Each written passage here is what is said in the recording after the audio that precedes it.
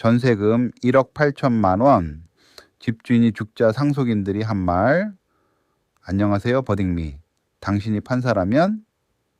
입니다. 오늘 가져온 사건은 듣는 순간부터 등골이 서늘해지는 이야기예요. 집주인이 갑자기 세상을 떠났습니다. 그런데 상속인들이 이런 말을 했어요. 우리는 집을 상속받은 거지. 아버지 빚은 아버지 거예요. 1억 8천만 원짜리 전세보증금이 공중에 붕 떠버린 겁니다. 여러분, 만약 지금 여러분이 전세로 살고 있다면 이 질문을 꼭 기억하세요. 집주인이 갑자기 사망하면 내 보증금은 과연 안전한 걸까요? 2020년 3월 34살의 김서연 씨는 수원시 영통구의 아파트 계약서에 도장을 찍었습니다. 보증금 1억 8천만 원, 평범한 직장인 부부에게는 거의 전 재산이나 다름없는 금액이었죠. 남편과 3살 빼기 딸, 셋이 함께 처음으로 마련한 진짜 보금자리였습니다. 집주인 박동철 씨는 당시 67살, 인상 좋은 어르신이었어요. 계약서에 도장을 찍으며 2년 후에 꼭 돌려드리겠습니다. 라고 웃으며 말했고 김서연 씨는 그 웃음을 믿었습니다. 2년이 흘렀습니다. 집에는 아무 문제가 없었어요. 김서연 씨는 2022년 1월부터 재계약 여부를 물어봤습니다. 박동철 씨는 아직 생각 중이라며 2월로 답을 미뤘죠. 그리고 2022년 2월 14일 발렌타인데이였습니다. 박동철 씨는 심근경색으로 갑자기 세상을 떠났습니다. 계약 만료일은 딱 한 달 뒤인 3월 15일이었어요.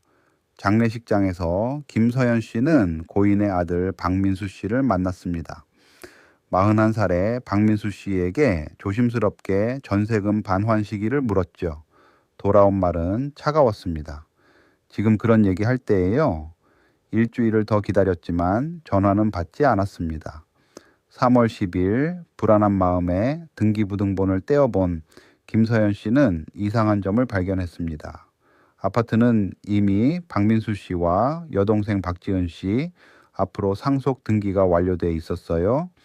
근저당도 없고 아파트 시세는 3억 5천만 원.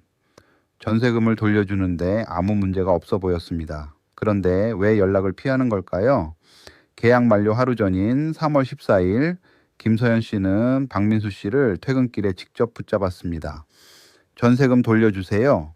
내일이 만료일이에요. 박민수 씨의 대답은 충격적이었습니다. 우리는 아버지 빚을 상속받은 거예요. 전세 보증금도 빚이고요. 우리가 왜 갚아야 하는데요? 아버지 없으니까 당신이 알아서 하세요. 그리고 현관문을 닫아버렸습니다. 3월 15일이 지났습니다.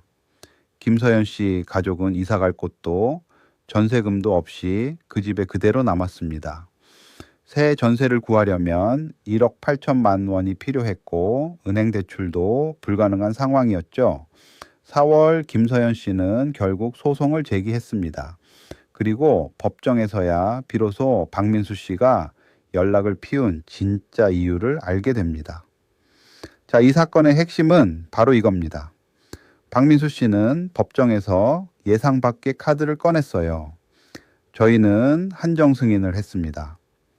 한정 승인이라는 게 뭐냐면요. 쉽게 말해서 우리가 상속받은 재산만큼만 빚을 갚겠다는 법적 선언입니다.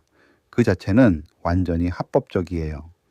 그리고 한정 승인 절차에서는 채권자, 그러니까 돈을 받아야 할 사람들이 정해진 기간 안에 신고를 해야 합니다. 김서연 씨는 그 기간이 존재하는지조차 몰랐어요. 박민수 씨가 연락을 끊은 건 바로 그 신고 기간이 조용히 지나가기를 기다린 것이었습니다. 이게 합법적인 건지 아니면 명백한 꼼수인지, 그게 이 사건의 핵심 질문입니다. 원고인 김서연 씨 입장을 먼저 들어볼게요. 김서연 씨는 전입신고와 확정일자를 모두 갖춘 법이 보호하는 세입자였습니다. 주택임대차보호법상 이른바 대항력을 갖췄다는 거예요.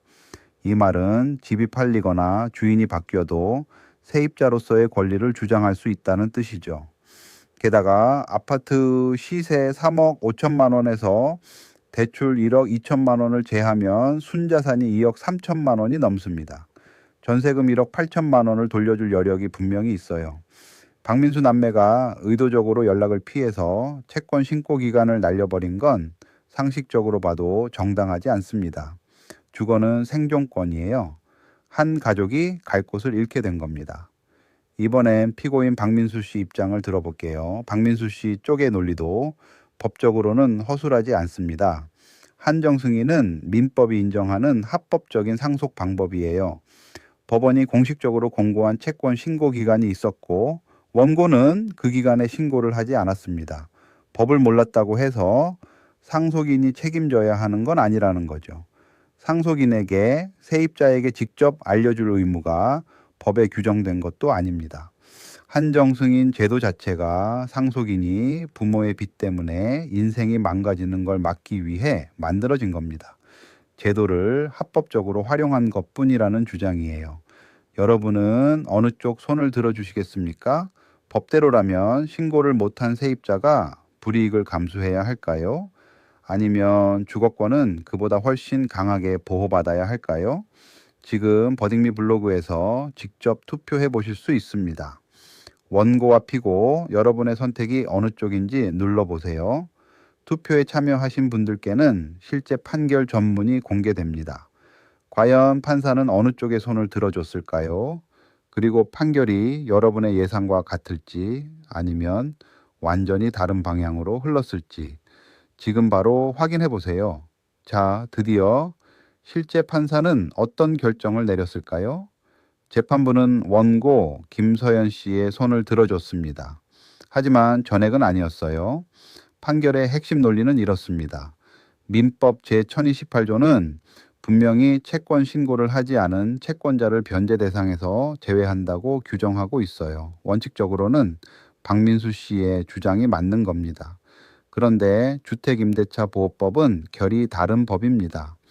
이 법은 단순한 돈 거래가 아니라 주거라는 헌법적 가치를 보호하기 위해 만들어졌어요. 대항력을 갖춘 세입자는 일반 채권자와 달리 신고 없이도 보증금 반환을 청구할 수 있다고 판단한 겁니다.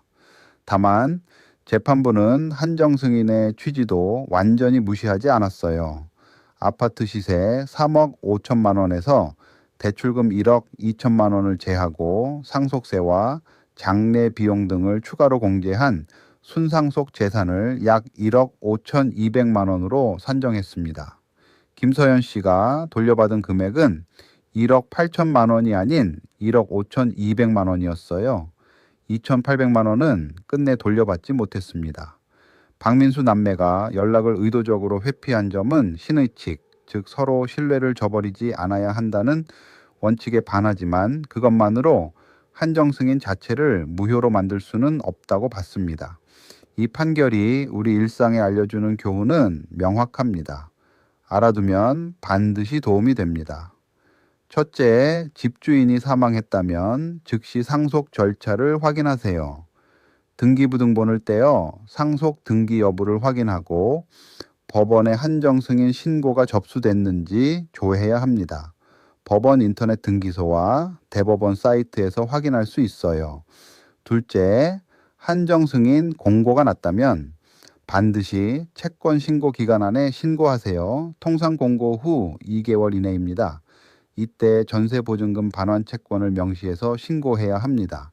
이 절차를 놓치면 오늘 사건처럼 일부 금액을 잃을 수 있어요. 셋째, 주택임대차 보호법의 보호를 받으려면 전입신고와 확정일자가 필수입니다. 이것만 갖춰도 일반 채권자보다 훨씬 강한 보호를 받을 수 있어요. 지금 당장 확인해 보세요. 당신이라면 어떤 판결을 내리셨을까요? 2,800만 원을 못 받은 김서연 씨에게 더 전액을 돌려줬을 건가요? 아니면 법 절차를 몰랐던 건 본인 책임이라고 보셨을까요? 오늘 사건이 마음에 남으셨다면 버딩미를 구독하고 주변에 공유해 주세요. 이런 일은 누구에게나 일어날 수 있습니다. 아는 것이 진짜 보호막이 됩니다. 다음 판례에서 만나요.